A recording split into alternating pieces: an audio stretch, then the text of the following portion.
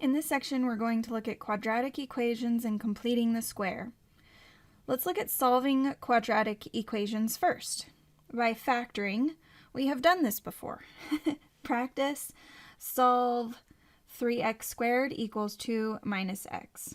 Now we're just going to take this equation and set it equal to 0. This would be 3x squared plus x minus 2 equals 0.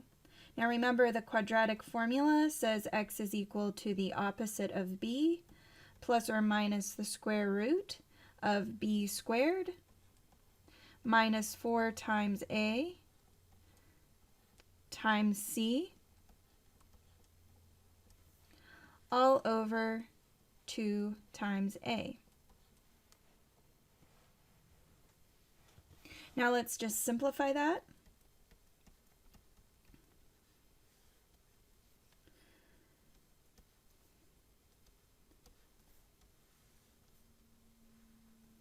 So negative 1 plus or minus the square root of 1 plus 24 all over 6. Now remember, we can simplify this and we should get two solutions. X is equal to negative 1 plus or minus 5 over 6. And we can simplify this further. We'll get two solutions when we add 5 and when we subtract 5.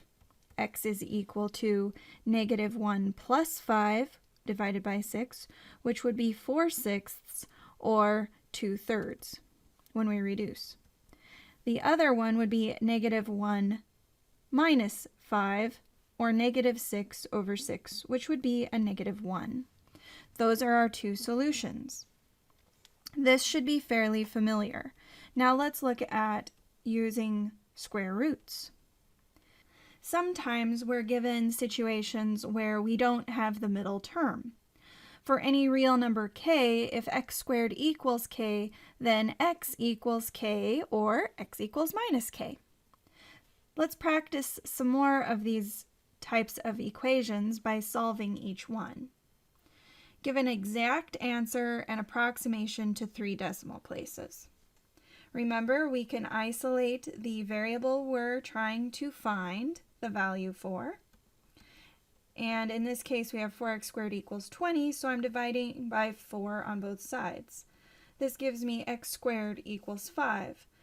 When I take the square root of both sides, I am taking an even root. That means I have to impose a plus or minus on both sides.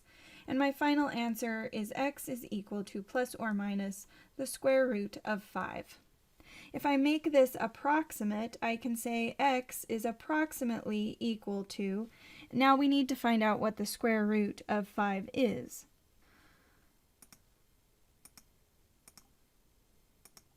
To 3 decimal places, this is 2.236.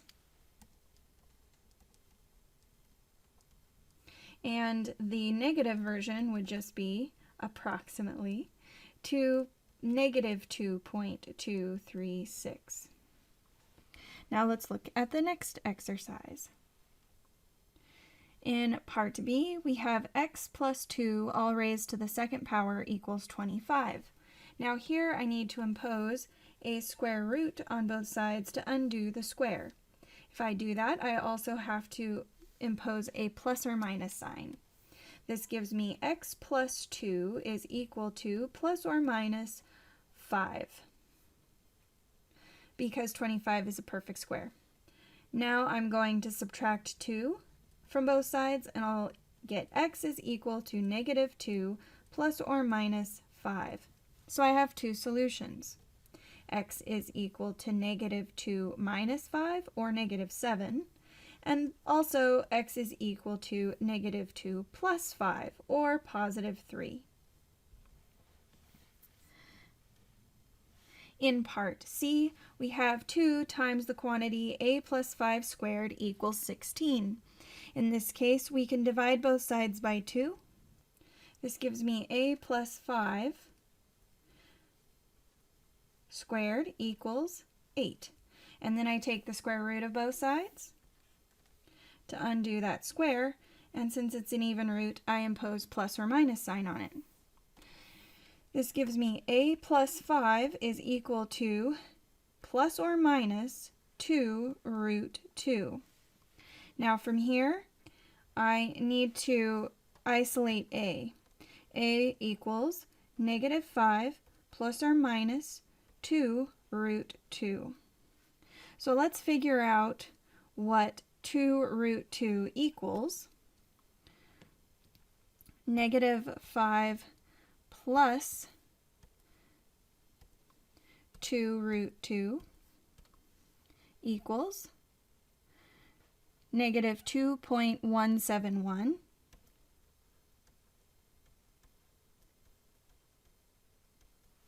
And then let's find out what negative 5 minus 2 root 2 equals. Oh, got to use the minus sign, not the negative sign. There we go. Negative 7.828.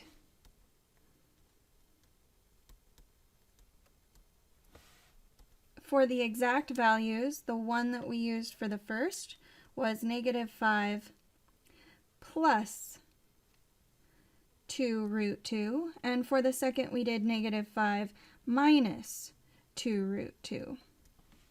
And we can get the approximate value. Now let's look at these last two exercises here.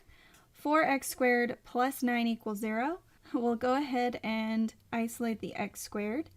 So I'll have 4x squared equals negative 9 divided by 4, giving me x squared equals negative 9 divided by 4. Then I will impose a square root on both sides. And by doing that, I also have to impose a plus or minus. This gives me x is equal to plus or minus. And now remember, I have a negative inside, so I have I coming out. And then I also have to think about the square root of 9 and the square root of 4. This will be 3/4.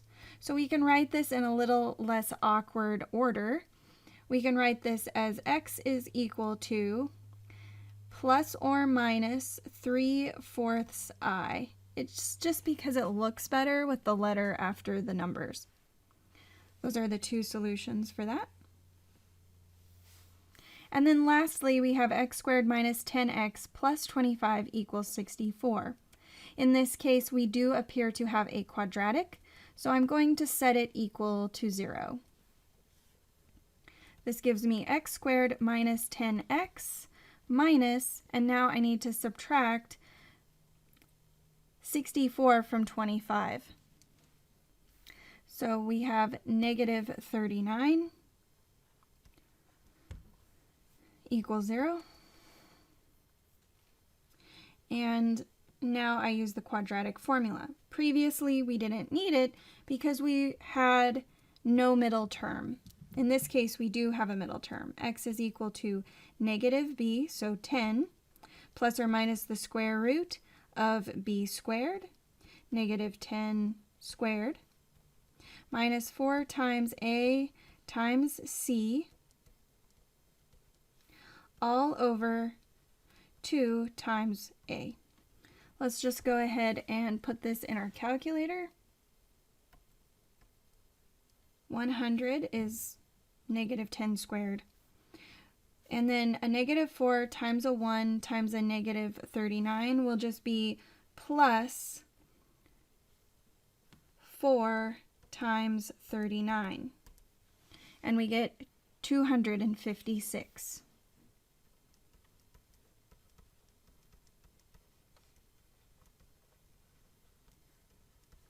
So if you recall, if you take the square root of second answer, you get 16. So you'll have two solutions. X is equal to 10 plus 16 over 2, and x is equal to 10 minus 16 over 2. These simplify. We have 26 divided by 2, or 13. And the other solution is 10 minus 16 over 2, which gives you negative 6/2, or just negative 3.